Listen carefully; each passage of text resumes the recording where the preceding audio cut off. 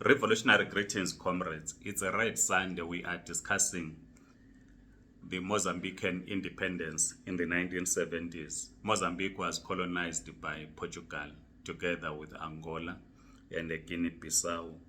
Her independence came as a result, also partly as a result of what was happening in Portugal. By 1970, according to some historians, the Army General Carlos de Arengue had spent Christmas with his family with a sense of victory that they were defeating the Mozambican army that was led by Frelimo, the guerrillas led by Frelimo. He has spent time at the border with Tanzania.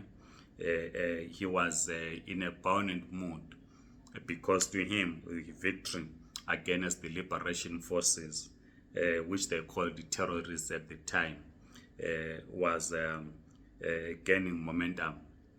He had spent about 7 months, and after 7 months, his army had driven and armed thousands of Frelimo guerrillas out of their bases on the Makonde Plateau in northern Mozambique and back across the river. For the first time since 1964, Frelimo had suffered critical setback in the two northern provinces of Cabo Delgado and Nisa, the main area of guerrilla operations. Similar offenses were launched in Angola and in what was called the Small West African Enclave, which is Guinea-Bissau, and they were obtaining similar results of driving the guerrillas out of their bases. To Portugal's generals, it seemed that their new counterinsurgency measures using airborne seemed to be working, countering the effectiveness of the guerrilla armies. In Guinea-Bissau, African commando units set up by General Antonio Cipolla gained a fearsome reputation. In Mozambique, African recruits of blacks formed a high proportion of paratroops and commando units and specialist counterinsurgency groups.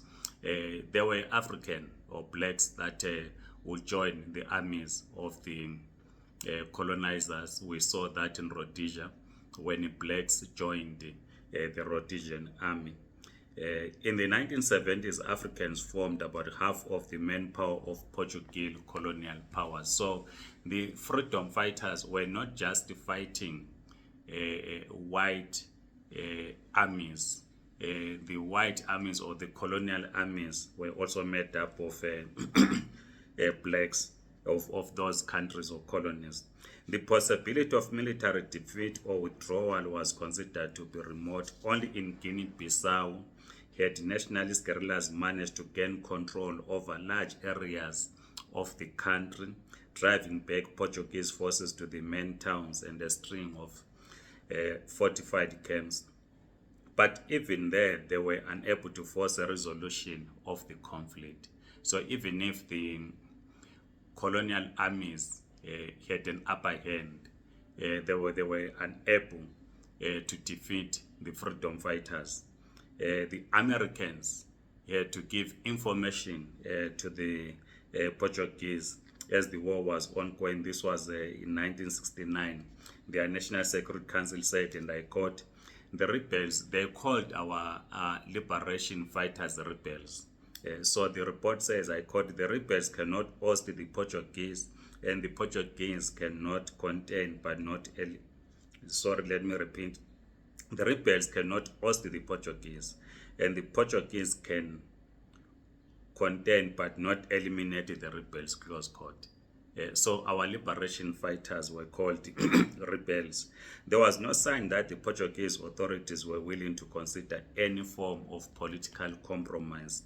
Salazar's successor, Marcelo Gaetano, who took office in 1968, continued the same colonial strategy as before, holding fast to the notion of an indivisible Portuguese nation. He informed General Spinola that he would prefer defeat in Guinea-Bissau to any negotiation that might provide a precedent for Mozambique and Angola, the main centers of Portuguese African Empire. So to the Portuguese, Angola and Mozambique were very important.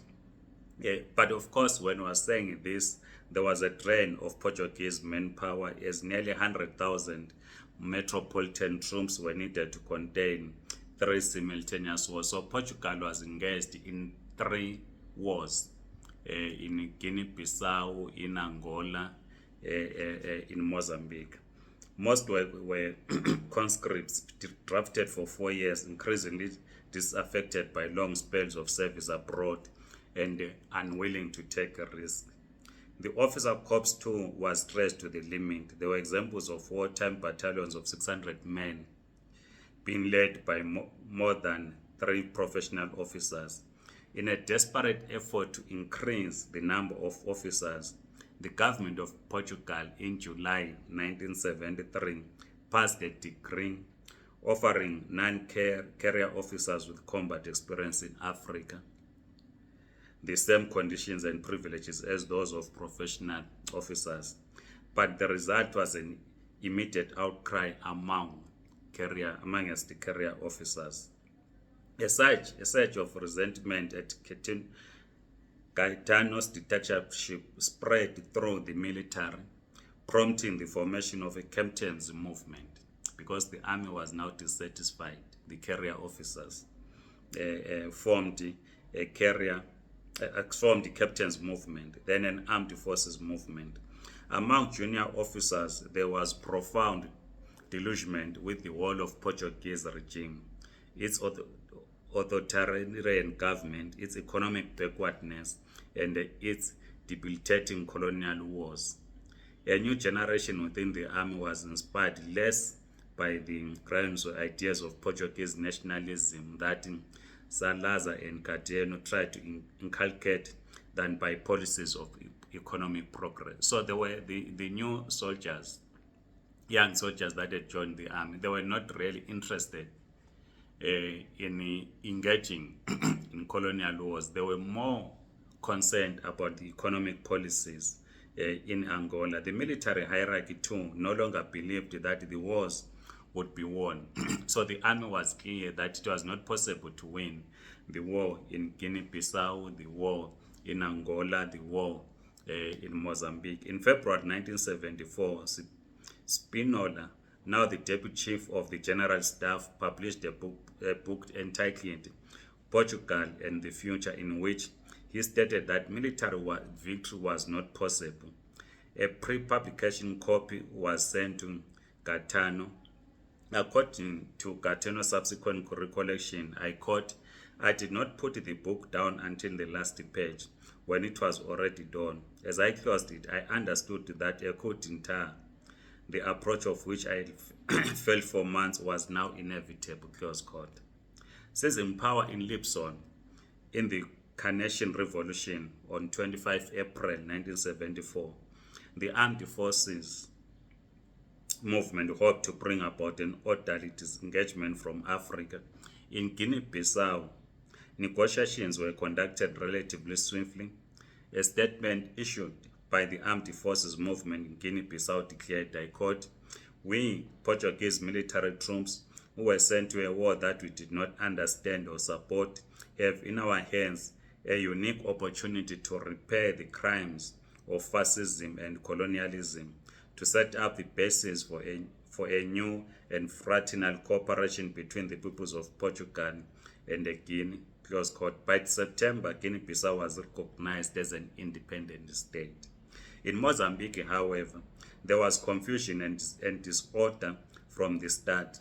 With the collapse of the Caetano's regime, the entire colonial administration fell into disarray. Portuguese troops withdrew from the field, allowing Frelimo to poke guerrillas into central Mozambique unopposed. Hundreds of white settlers in rural areas, fearing revenge by the guerrillas and frightened by Frelimo's revolutionary, they called it a Frelimo revolutionary rhetoric. When you advance or you articulate the revolutionary ideals. They call that revolutionary. Most historians will call that revolutionary rhetoric.